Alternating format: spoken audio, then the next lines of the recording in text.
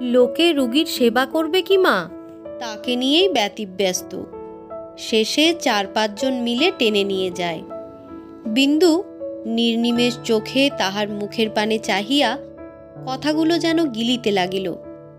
তারপর অতি দীর্ঘ একটা নিঃশ্বাস ফেলিয়া ধীরে ধীরে উঠিয়া গিয়া নিজের ঘরে গিয়া দৌড় দিয়া শুইল। 3-4 পরে বিন্দুর পিতা মাতা পিসি প্রভৃতির ফিরিবার পূর্বের দিন মূর্ছার পরে বিন্দু চুপ করিয়া বিছানায় পড়িয়াছিল। কদম বাতাস করিতেছিল, আর কেহ ছিল না। বিন্দু ইঙ্গিতে তাহাকে আরও কাছে ডাকিয়া মৃদু কণ্ঠে বলিল, কদম, দিদি এসেছেন রে। কদম বলিল, না দিদি, আমরা এত লোক আছি, তাকে আর কষ্ট দেওয়া কেন। বিন্দু ক্ষণকাল স্থির থাকিয়া বলিল, এই তোদের দোষ কদম, সব কাজেই নিজেদের বুদ্ধি খাটাতে যাস। এমনই করেই একদিন আমাকে মেরে ফেলবি দেখছি। পুজোর দিনেও তো তোরা একবারই লোক ছিলি, কি করতে পেরেছিলি?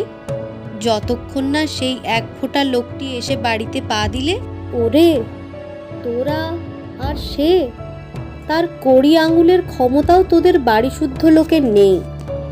বিন্দুর মা ঘরে ঢুকিয়া বলিলেন, জামাইয়ের মত আছে বিন্দু, তুইও দিন কতক আমাদের সঙ্গে ঘুরে আসবি চল। বিন্দু মায়ের মুখের দিকে চাহিয়া থাকিয়া বলিল, আমার যাওয়া না যাওয়া কি তার মতের ওপর নির্ভর করে মা, যে তিনি বললেই যাব? আমার শত্রুর হুকুম না পেলে যাই কি করে? মা কথাটা বুঝিয়া বলিলেন, তোর জায়ের কথা বলছিস? তার আর হুকুম নিতে হবে না। যখন আলাদা হয়ে তোরা চলে এসেছিস তখন উনি বললেই হলো। বিন্দু মাথা নাড়িয়া বলিল, না, তা হয় না মা। যতক্ষণ বেঁচে আছে ততক্ষণ যেখানেই থাক, সেই সব। আর যাই করি মা, তাকে না বলে বাড়ি ছেড়ে যেতে পারবো না। বড়ঠাকুর তাহলে রাগ করবেন। এলোকেশী এইমাত্র উপস্থিত হইয়া শুনিতেছিলেন। বলিলেন, আচ্ছা, আমি বলছি, তুমি যাও। বিন্দু সে কথার জবাব দিল না। মা বলিলেন, বেশ তো, না হয় লোক পাঠিয়ে তার মত নে না বিন্দু। বিন্দু আশ্চর্য হইয়া বলিল, লোক পাঠিয়ে? সে তো আরও মন্দ হবে মা। আমি তার মন জানি, মুখে বলবে যাক, কিন্তু ভেতরে রেগে থাকবে। হয়তো বড়ঠাকুরকে 5টা বানিয়ে বলবে। না মা, তোমরা যাও, আমার যাওয়া হবে না। মা আর জিদ করিলেন না, চলিয়া গেলেন। এইবার হাঁকা বাড়ি প্রতি মুহূর্তে তাহাকে গিলিবার জন্য হাঁ করিতে লাগিল। নিচের একটি ঘরে এলোকেশীরা থাকেন, দোতলার একটি ঘর তাহার নিজের, আর সমস্তই খালি খাঁ খাঁ করিতে লাগিল। সে শূন্য মনে ঘুরিতে ঘুরিতে তেতলার একটি ঘরে আসিয়া দাঁড়াইল। কোন সুদূর ভবিষ্যতে পুত্র পুত্রবধূর নাম করিয়া এই ঘরখানি সে তৈরি করাইয়াছিল।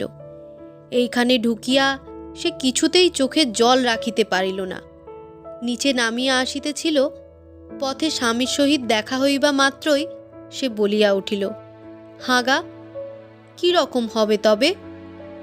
মাধব বুঝিতে না পারিয়া বলিলেন, কিসের? বিন্দু আর জবাব দিতে পারিল না। হঠাৎ দীর্ঘ নিঃশ্বাস ফেলিয়া বলিল, না না, তুমি যাও, ও কিছু না। পরদিন সকালবেলা মাধব বাহিরের ঘরে বসিয়া কাজ করিতেছিলেন। অকস্মাৎ বিন্দু ঘরে ঢুকিয়ায় কান্না চাপিয়া বলিল, উনি চাকরি করছেন নাকি? মাধব চোখ না তুলিয়ায় বলিলেন, ও কি, এই কি তার চাকরির বয়স? মাধব পূর্বের মতো কাগজে চোখ রাখিয়া বলিলেন, চাকরি কি মানুষ বয়সের জন্য করে? চাকরি করে অভাবে। তার অভাবই বা হবে কেন? আমরা পর ঝগড়া করেছি, কিন্তু তুমি তো তার ভাই। মাধব বলিলেন, বইমাত্রেও ভাই, জ্ঞাতি। বিন্দু স্তম্ভিত হইয়া গিয়া ধীরে ধীরে বলিল, তুমি বেঁচে থেকে তাকে কাজ করতে দেবে?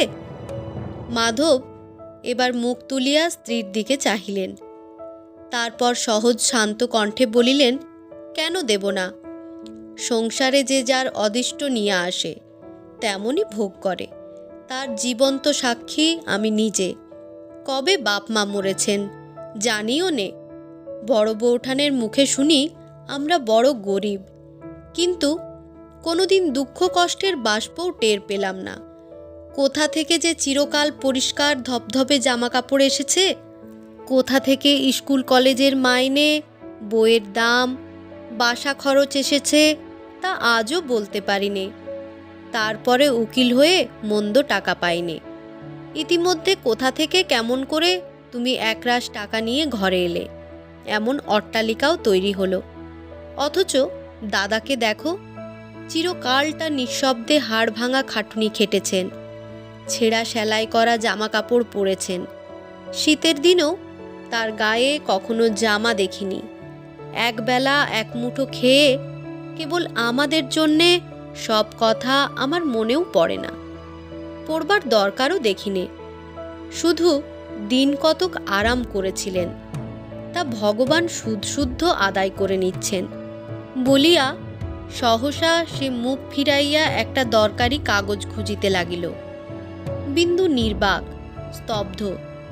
স্বামীর কত বড় তিরস্কার যে এই অতীত দিনের সহজ কাহিনীর মধ্যে প্রচ্ছন্ন ছিল, সে কথা বিন্দুর প্রতি রক্তবিন্দুটি পর্যন্ত অনুভব করিতে লাগিল। সে মাথা হেঁট করিয়া রহিল।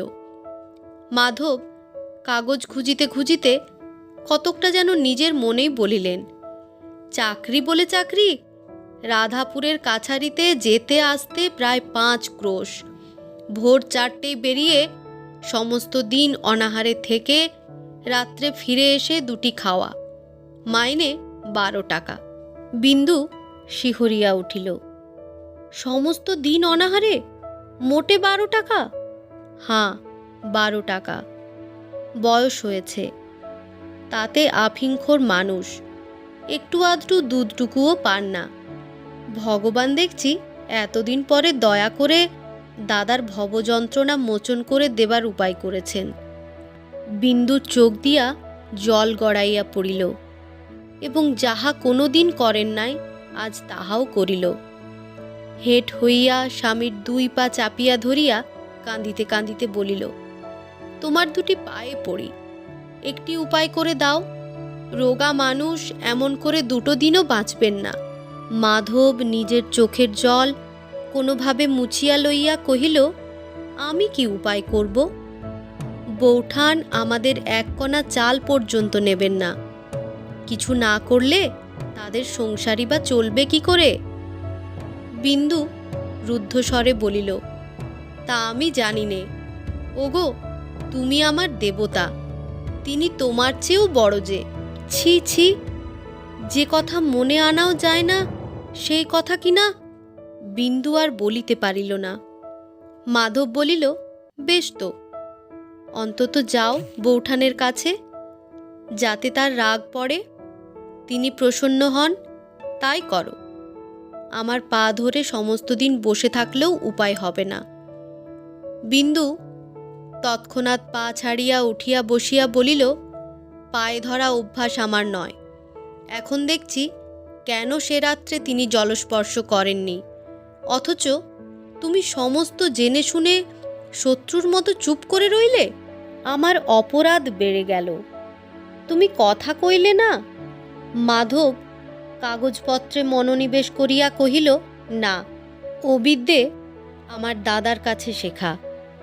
ঈশ্বর করুন যেন অমনি চুপ করে থেকেই একদিন যেতে পারি। বিন্দু আর কথা কহিল না, উঠিয়া গিয়া নিজের ঘরে দৌড় দিয়া পড়িয়া রহিল। মাধব তখন উঠিবার উপক্রম করিতেছিল।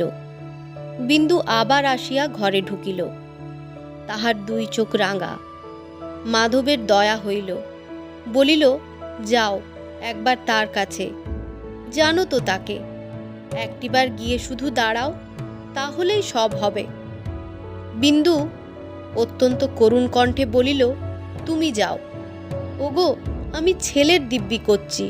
মাধব তাহার মনের ভাব বুঝিয়া কিছু উষ্ণ হইয়াই জবাব দিল, হাজার দিব্যি করলেও আমি দাদাকে বলতে পারবো না। তিনি নিজে জিজ্ঞাসা না করলে গিয়ে বলবো এত সাহস আমার গলা কেটে ফেললেও হবে না। বিন্দু তথাপি নড়িল না। মাধব কহিল, পারবে না যেতে? বিন্দু জবাব দিল না। হেঁট মুখে ধীরে ধীরে চলিয়া গেল। বাড়ির সুমুখ দিয়া স্কুল যাইবার পথ। প্রথম কয়েকদিন অমূল্য ছাতি আড়াল দিয়া এই পথেই গিয়াছিল। আজ দুদিন ধরিয়া সেই লাল রঙের ছাতাটি পথের এধার বাহিয়া গেল না। চাহিয়া চাহিয়া বিন্দুর চোখ ফাটিয়া জল পড়িতে লাগিল। তবুও সে চিলের ছাদের আড়ালে বসিয়া তেমনি একদৃষ্টে পথের পানে চাহিয়া বসিয়া রহিল। সকালে 9টা-10টার সময় কত রকমের ছাতি মাথায় দিয়া কত ছেলে হাঁটিয়া গেল। স্কুলে ছুটির পর কত ছেলে সেই পথে আবার ফিরিয়া আসিল। কিন্তু সেই চলন, সেই ছাতি বিন্দুর চোখে পড়িল না। সে সন্ধ্যার সময় চোখ মুছিতে মুছিতে নামিয়া আসিয়া নরেনকে আড়ালে ডাকিয়া জিজ্ঞাসা করিল, হ্যাঁ নরেন, এই তো স্কুলে যাবার সোজা পথ, তবে কেন সে এদিক দিয়ে আর যায় না? নরেন চুপ করিয়া রহিল। বিন্দু বলিল, বেশ তোরা দুটি ভাই গল্প করতে করতে যাবি আসবি, সেই তো ভালো। নরেন তাহার নিজের ধরনে অমূল্যকে ভালোবাসিয়াছিল। চুপি চুপি বলিল, সে লজ্জায় আর যায় না মামি, ওই হোথা দিয়ে ঘুরে যায়। বিন্দু কষ্টে হাসিয়া বলিল, তার আবার লজ্জা কিসের রে? না না, তুই বলিস তাকে, সে যেন এই পথেই যায়। নরেন মাথা নাড়িয়া বলিল, কখনো যাবে না মামি। কেন যাবে না জানো?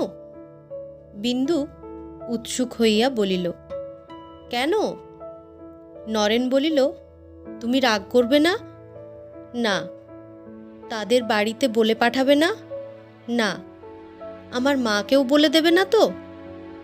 বিন্দু অধীর হইয়া বলিল, না রে না, বল, আমি কাউকে কিচ্ছু বলবো না।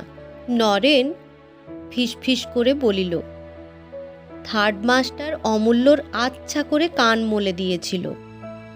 এক মুহূর্তে বিন্দু আগুনের মতো জ্বলিয়া উঠিয়া বলিল, কেন দিলে? গায়ে হাত তুলতে আমি মানা করে দিয়েছি না?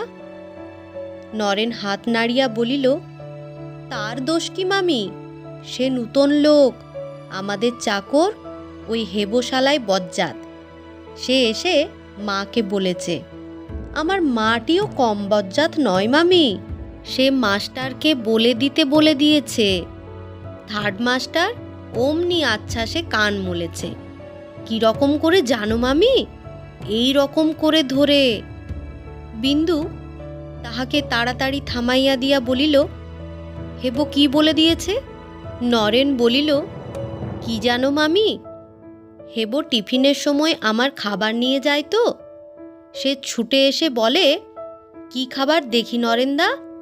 মা শুনে বলে, অমূল্য নজর দেয়। অমূল্যর কেউ খাবার নিয়ে যায় না?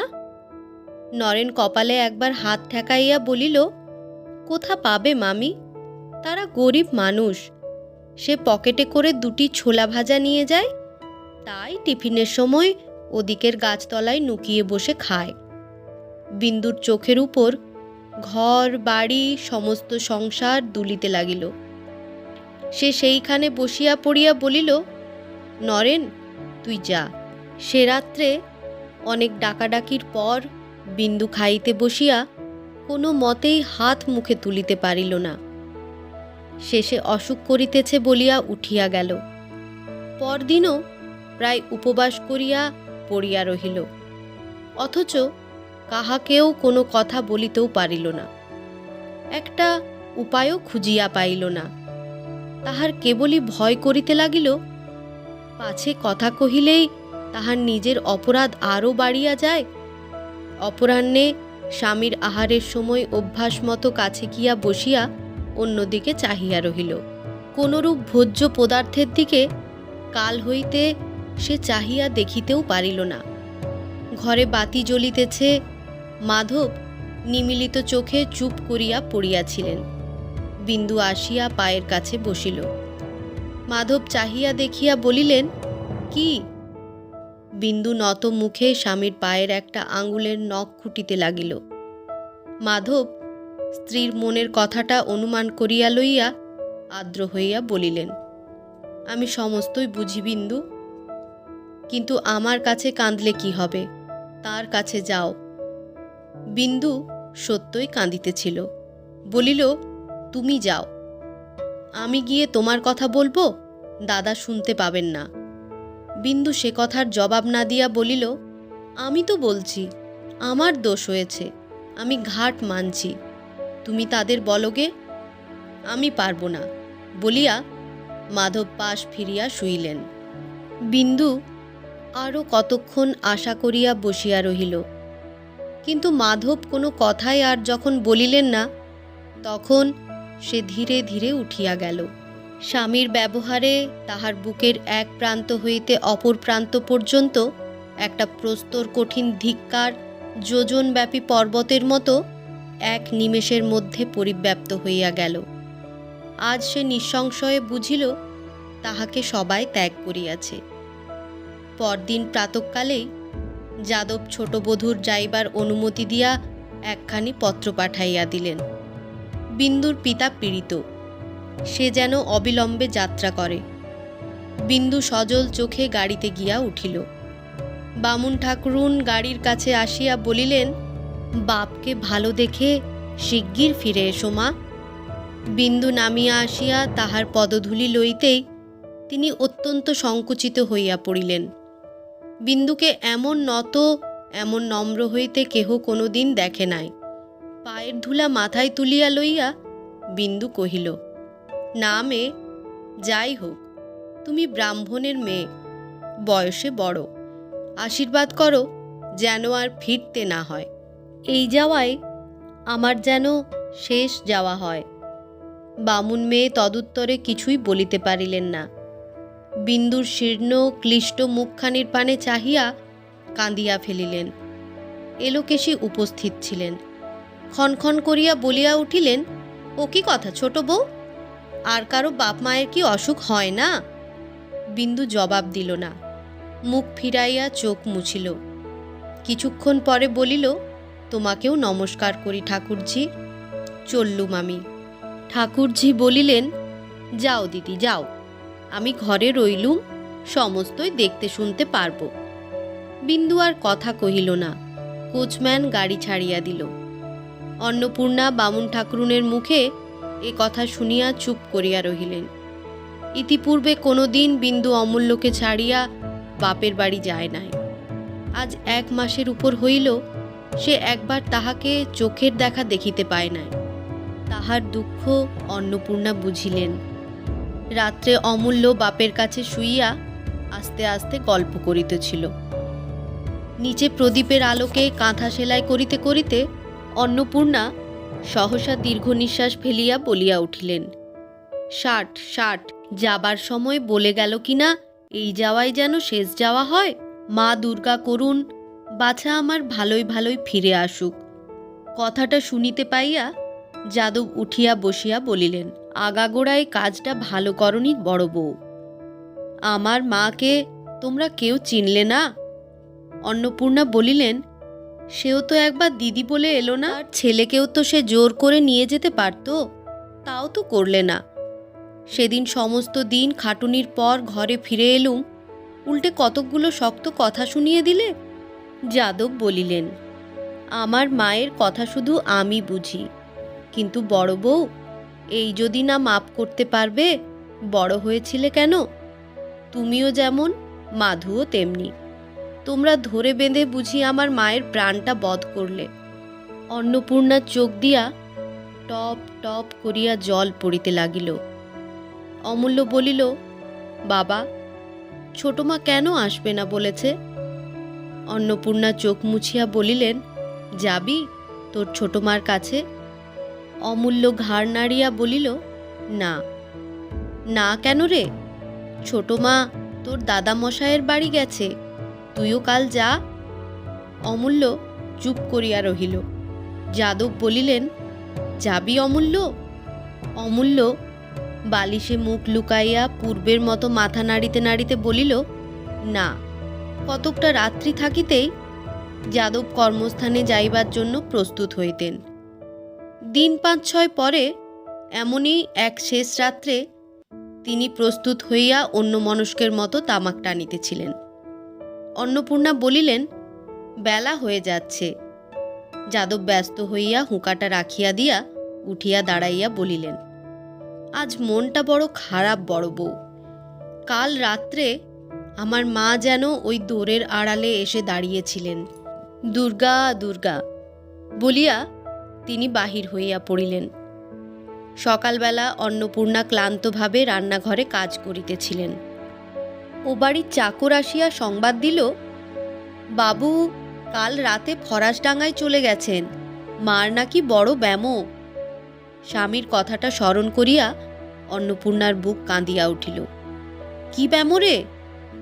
চাকর বলিল, তা জানি নে মা, শুনলুম কিরকম অজ্ঞান টজ্ঞান হয়ে কিরকম শক্ত অসুখ হয়ে দাঁড়িয়েছে।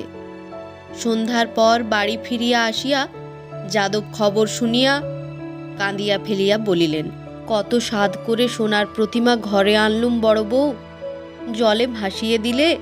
আমি এখনই যাব। দুঃখে আত্মগ্লানিতে অন্নপূর্ণার বুক ফাটিতেছিল। অমূল্য চেয়েও বোধ করি তিনি ছোট বউকে ভালোবাসিতেন। নিজের চোখ মুছিয়া তিনি স্বামীর পা ধুইয়া দিয়া জোর করিয়া সন্ধ্যা করিতে বসাইয়া দিয়া অন্ধকার বারান্দায় আসিয়া বসিয়া রহিলেন। খানিক পরেই বাহিরে মাধবের কণ্ঠস্বর শোনা গেল। অন্নপূর্ণা প্রাণপণে বুক চাপিয়া ধরিয়া দুই কানে আঙ্গুল দিয়া শক্ত হইয়া বসিয়া রহিলেন। মাধব রান্নাঘরে অন্ধকার দেখিয়া এ ঘরে ফিরিয়া আসিয়া অন্ধকারে অন্নপূর্ণাকে দেখিয়া শুষ্ক স্বরে বলিল, বৌঠান, শুনেছ বোধ হয়। অন্নপূর্ণা মুখ তুলিতে পারিলেন না। মাধব কহিল, অমূল্যর যাওয়া একবার দরকার, বোধ করি শেষ সময় উপস্থিত হয়েছে। অন্নপূর্ণা উপুর হইয়া পড়িয়া ফুকারিয়া উঠিলেন। যাদব ও ঘর হইতে পাগলের মতো ছুটিয়া আসিয়া বলিলেন, এমন হয় না মাধু, আমি বলছি হয় না। আমি জ্ঞানে অজ্ঞানে কাউকে দুঃখ দিইনি। ভগবান আমাকে এ বয়সে কখনো এমন শাস্তি দেবেন না। মাধব চুপ করিয়া রহিল। যাদব বলিলেন, আমাকে সব কথা খুলে বল, আমি গিয়ে মাকে ফিরিয়ে আনব। তুই উতলা হোস নে মাধু, গাড়ি সঙ্গে আছে? মাধব বলিল, আমি উতলা হইনি দাদা, আপনি নিজে কিরকম করছেন? কিছুই করিনি। ওঠো বড় বউ, আয় অমূল্য। মাধব বাধা দিয়া বলিল, রাত্রিটা যাক না দাদা। না না, সে হবে না। তুই অস্থির হোস নে মাধু, গাড়ি ডাক, নইলে আমি হেঁটে যাব। মাধব আর কিছু না বলিয়া গাড়ি আনিলে চারজনেই উঠিয়া বসিলেন। যাদব বলিলেন, তারপরে? মাধব কহিল, আমি তো ছিলুম না, ঠিক জানি নে। শুনলুম দিন চারেক আগে খুব জ্বরের উপর ঘন ঘন মূর্ছা হয়। তারপরে এখনো পর্যন্ত কেউ ওষুধ কি এক ফোঁটা দুধ অবধি খাওয়াতে পারেনি। ঠিক বলতে পারি নে কি হয়েছে, কিন্তু আশা আর নেই। যাদব জোর দিয়া বলিয়া উঠিলেন, খুব আছে, 100 বার আছে। মা আমার বেঁচে আছেন। মাধু, ভগবান আমার মুখ দিয়ে এই শেষ বয়সে মিথ্যে কথা বার করবেন না। আমি আজ পর্যন্ত মিথ্যে বলিনি। মাধব তৎক্ষণাৎ অবনত হইয়া অগ্রজের পদধূলি মাথায় লইয়া নিঃশব্দে বসিয়া রহিল। কতদিন হইতে যে বিন্দু অনাহারে নিজেকে ক্ষয় করিয়া আনিতেছিল তাহা কেহই জানিতে পারে নাই। বাপের বাড়ি আসিয়া জ্বর হইল, দ্বিতীয় দিন 2-3 বার মূর্ছা হইল। তাহার শেষ মূর্ছা আর ভাঙিতে চাহিল না। অনেক চেষ্টায় অনেক পরে যখন তাহার চৈতন্য ফিরিয়া আসিল, তখন দুর্বল নারী একেবারে বসিয়া গিয়াছে। সংবাদ পাইয়া মাধব আসিলেন। সে স্বামীর পায়ের ধুলা মাথায় লইল। কিন্তু দাঁতে দাঁত চিপিয়া রহিল। শত অনুনয়েও এক ফোঁটা দুধ পর্যন্ত গিলিল না। মাধব হতাশ হইয়া বলিলেন, আত্মহত্যা করছ কেন? বিন্দুর নিমিলিত চোখের কোণ বাহিয়া জল পড়িতে লাগিল। কিছুক্ষণ পরে আস্তে আস্তে বলিল, আমার সমস্ত অমূল্যর, শুধু 1002 টাকা নরেনকে দিও, আর তাকে পড়িও, সে আমার অমূল্যকে ভালোবাসে। মাধব দাঁত দিয়া জোর করিয়া নিজের ঠোঁট চাপিয়া কান্না থামাইলেন। বিন্দু ইঙ্গিত করিয়া তাহাকে আরও কাছে আনিয়া চুপি চুপি বলিল, সে ছাড়া আর কেউ যেন আমাকে আগুন না দেয়। মাধব সে ধাক্কাও সামলাইয়া লইয়া কানে কানে বলিলেন, দেখবে কাউকে? বিন্দু ঘাড় নাড়িয়া বলিল, না, থাক। বিন্দুর মা আর একবার ঔষধ খাওয়াইবার চেষ্টা করিলেন। বিন্দু তেমনি দৃঢ়ভাবে দাঁত চাপিয়া রহিল। মাধব উঠিয়া দাঁড়াইয়া বলিলেন, সে হবে না বিন্দু, আমাদের কথা শুনলে না, কিন্তু যার কথা ঠেলতে পারবে না আমি তাকে আনতে চললুম। শুধু এই কথাটি আমার রেখো, যেন ফিরে এসে দেখতে পাই। বলিয়া মাধব বাহিরে আসিয়া চোখ মুছিলেন। সে রাত্রে বিন্দু শান্ত হইয়া ঘুমাইল। তখন সবেমাত্র সূর্যোদয় হইতেছিল। মাধব ঘরে ঢুকিয়া দীপ নিবাইয়া জানালা খুলিয়া দিতেই বিন্দু চোখ চাহিয়া সুমুখেই প্রভাতের স্নিগ্ধ আলোকে স্বামীর মুখ দেখিয়া মৃদু হাসিয়া বলিল, কখন এলে? এই আসছি। দাদা পাগলের মতো ভয়ানক কান্নাকাটি করছেন। বিন্দু আস্তে আস্তে বলিল, তা জানি। তার একটু পায়ের ধুলো এনেছ? মাধব বলিলেন, তিনি বাইরে বসে তামাক খাচ্ছেন। বৌঠান হাত পা ধুচ্ছেন। অমূল্য গাড়িতেই ঘুমিয়ে পড়েছিল, ওপরে শুইয়ে দিয়েছি, তুলে আনবো? বিন্দু কিছুক্ষণ স্থির থাকিয়া বলিলেন, না, ঘুমোক। বলিয়া ধীরে ধীরে পাশ ফিরিয়া অন্যদিকে মুখ করিয়া শুইল। অন্নপূর্ণা ঘরে ঢুকিয়া তাহার শিয়রের কাছে বসিয়া মাথায় হাত দিতেই সে চমকিয়া উঠিল। অন্নপূর্ণা মিনিট খানেক নিজেকে সংবরণ করিয়া লইয়া বলিলেন, ওষুধ খাসনি কেন রে? মরবি বলে? বিন্দু জবাব দিল না। অন্নপূর্ণা তাহার কানের উপর মুখ রাখিয়া চুপি চুপি বলিলেন, আমার বুক ফেটে যাচ্ছে, তা বুঝতে পাচ্ছিস? বিন্দু তেমনি চুপি চুপি উত্তর দিল, পাচ্ছি দিদি। তবে মুখ ফেরা? তোর বড়ঠাকুর বাড়ি নিয়ে যাবার জন্যে নিজে এসেছেন। তোর ছেলে কেঁদে কেঁদে ঘুমিয়ে পড়েছে। কথা শোন, মুখ ফেরা। বিন্দু তথাপি মুখ ফিরাইল না। মাথা নাড়িয়া বলিল, না দিদি, আগে বলো। অন্নপূর্ণা বলিলেন, বলছি রে ছোট, বলছি, শুধু তুই একবার বাড়ি ফিরে আয়। এই সময় যাদব দ্বারের কাছে আসিয়া দাঁড়াইতেই অন্নপূর্ণা বিন্দুর মাথার উপর চাদর টানিয়া দিলেন। যাদব এক মুহূর্ত আপাদমস্তক বস্ত্রাবৃতা তাহার অশেষ স্নেহের পাত্রী ছোট বধূর পানে চাহিয়া অশ্রুনিরোধ করিয়া বলিলেন, বাড়ি চলো মা, আমি নিতে এসেছি। তাহার শুষ্ক শীর্ণ মুখের দিকে চাহিয়া উপস্থিত সকলের চক্ষুই সজল হইয়া উঠিল। যাদব আর এক মুহূর্ত মৌন থাকিয়া বলিলেন, আর একদিন যখন এতটুকুটি ছিলে মা, তখন আমিই এসে আমার সংসারের মা লক্ষ্মীকে নিয়ে গিয়েছিলাম। আবার আসতে হবে ভাবিনি। তা মা শোন, যখন এসেছি তখন হয় সঙ্গে করে নিয়ে যাব, না হয় আর ওমুখ হব না। জানো তো মা, আমি মিথ্যে কথা বলি নে। যাদব বাহিরে চলিয়া গেলেন। বিন্দু মুখ ফিরাইয়া বলিল, দাও দিদি, কি খেতে দেবে? আর অমূল্যকে আমার কাছে শুইয়ে দিয়ে তোমরা সবাই বাইরে গিয়ে বিশ্রাম করোগে। আর ভয় নেই, আমি মরব না।